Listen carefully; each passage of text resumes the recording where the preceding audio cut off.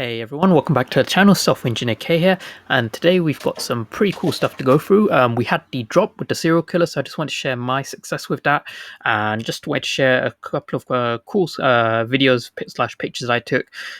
We do have the competition going on for Ghostbusters Slimer next week, so next week we should be having a double drop as confirmed by David Yu on his Instagram.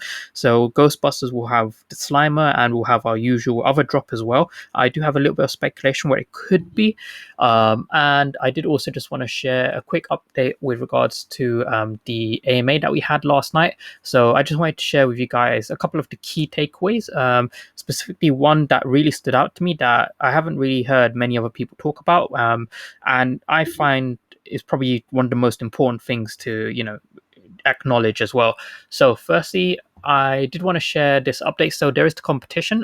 This is my entry for the competition. So if you're not following me on Twitter, it's at surprisedcat.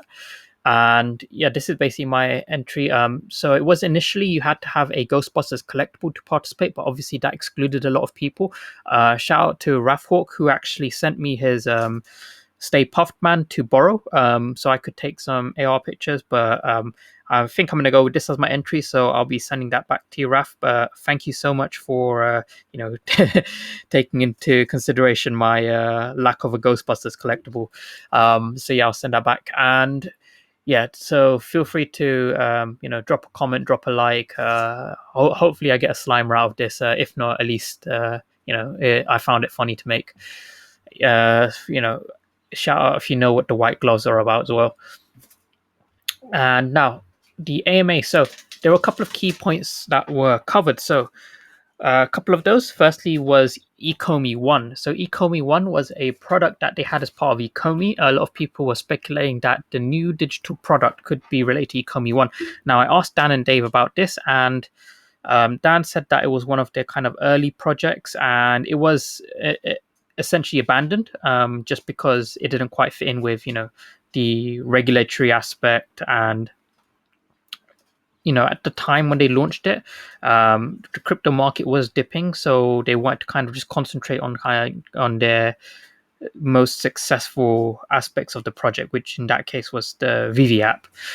So that was one key point. The second one was related to Master Collector. So I did ask him about the Golden Gems, because Golden Gems is something that Dan Crothers had spoken about in the past as a kind of part of I guess forms the basis of the reward system with Master Collector. And he said that it is still on the table. They do want to implement something like that, but they haven't kind of finalized it yet. So we'll just have to wait and see on that. We do also know a little bit more about Comic-Con. So San Diego Comic-Con, obviously it's online, but there are going to be in-person Comic-Cons from towards the end of the year. And David Yu, he is kind of building up a roadmap of all of those big Comic-Cons. So he did specifically name drops, the one in London, for example, MCM Comic-Con, and that's going to be towards the end of October.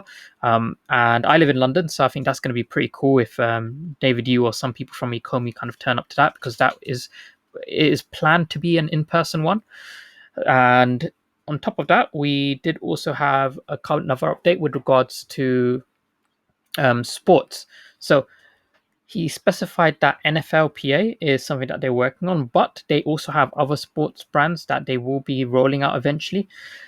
Which sports those are, we were not disclosed that information, but we can always speculate. People think FIFA may be one. So we'll just have to wait and see. But, out of all of the kind of licensors, we know that at the start that they had some trouble with convincing these licensors to get on board with VeVe. But now after they warmed up to the whole blockchain concept, they are actually, pretty much fighting to get on VeVe. So that is pretty cool.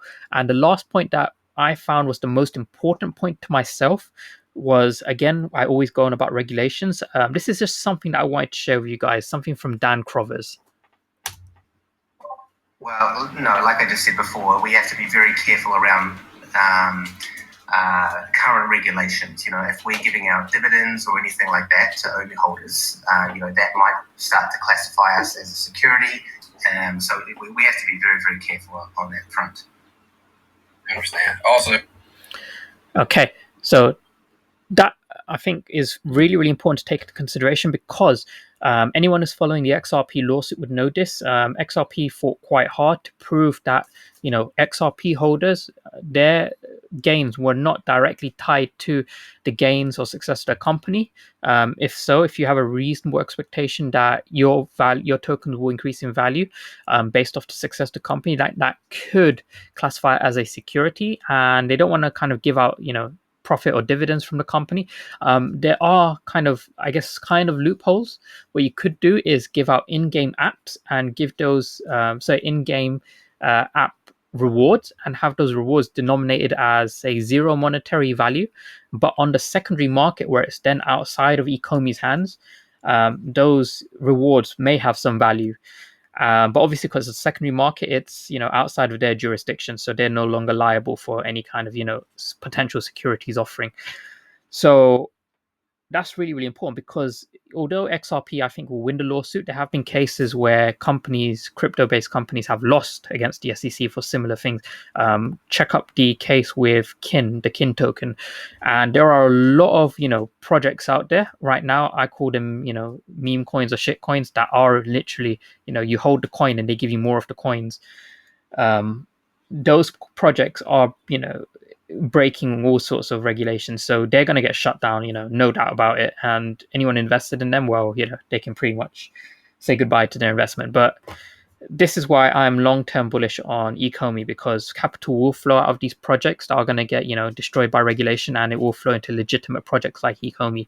So at the moment, there's the SEC is busy with Ripple at the moment, but we'll see as time goes on.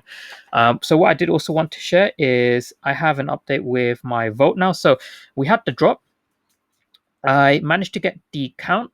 I also then was able to get quite high mint numbers for the Cap'n Crunch and the Fat Tony. I couldn't get the B, so I had to pick up the B on the market. Luckily, I managed to get a B for about 124 gems. The floor price right now is about 175 gems, so it's already gained 50 gems from what I paid. And the count, that's sitting around about 300 gems floor price as well. So these ones have been pretty valuable from what I've seen, surprisingly, because I thought Ron English, a lot of people don't quite know about him, whereas DC, everyone knows DC. So I thought maybe those would have been more valuable, but it's kind of been the other way around.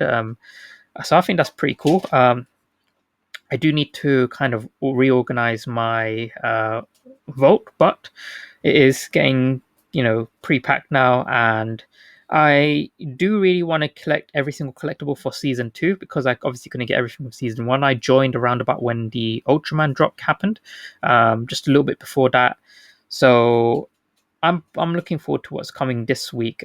So we do have the next week we have Slimer. The Monster Hunter film is being released in the UK next week, so I don't know if they will kind of coincide anything with that, because we do know that they have Velkhana, they've teased that, so Monster Hunter is coming, but I don't know if it'll be next week or later on. But it will be pretty cool to see. So what I did also want to share is also my Fat Tony, so you guys can see he's chilling on the Frosties. So this is pretty much a before and after COVID lockdown picture. Now, lastly, what I did also want to share is the daily price analysis. So if we just hop straight to that. So obviously we did have the usual post what do you want to call it, post drop dump, and that's something that I would expect to happen. All my trend lines are kind of gone now, I guess. Well, it's fine.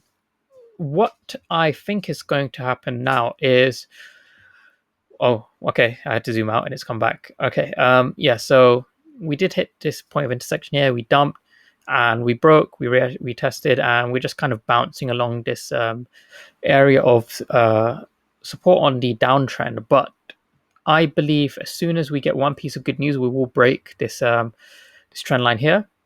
But obviously none of that's happened. We just have to be patient. Whilst we're waiting, I believe we will continue to either trade sideways or head on a downtrend, depending on the movement of Bitcoin. Bitcoin is starting to kind of recover a bit, and we did see a little bit of recovery here. We haven't come down to these levels here, so we'll see. But we are currently on a downtrend, so that is just something to think about. But yeah, that's pretty much everything I want to go through with you guys today. We do have the non-fungible Tokyo event tomorrow, NF Tokyo. Dan Crovers is speaking. I think he's speaking around about 3 p.m., whatever the time zone of the event is. So do stay tuned for that. I will cover any sort of like key points covered for that.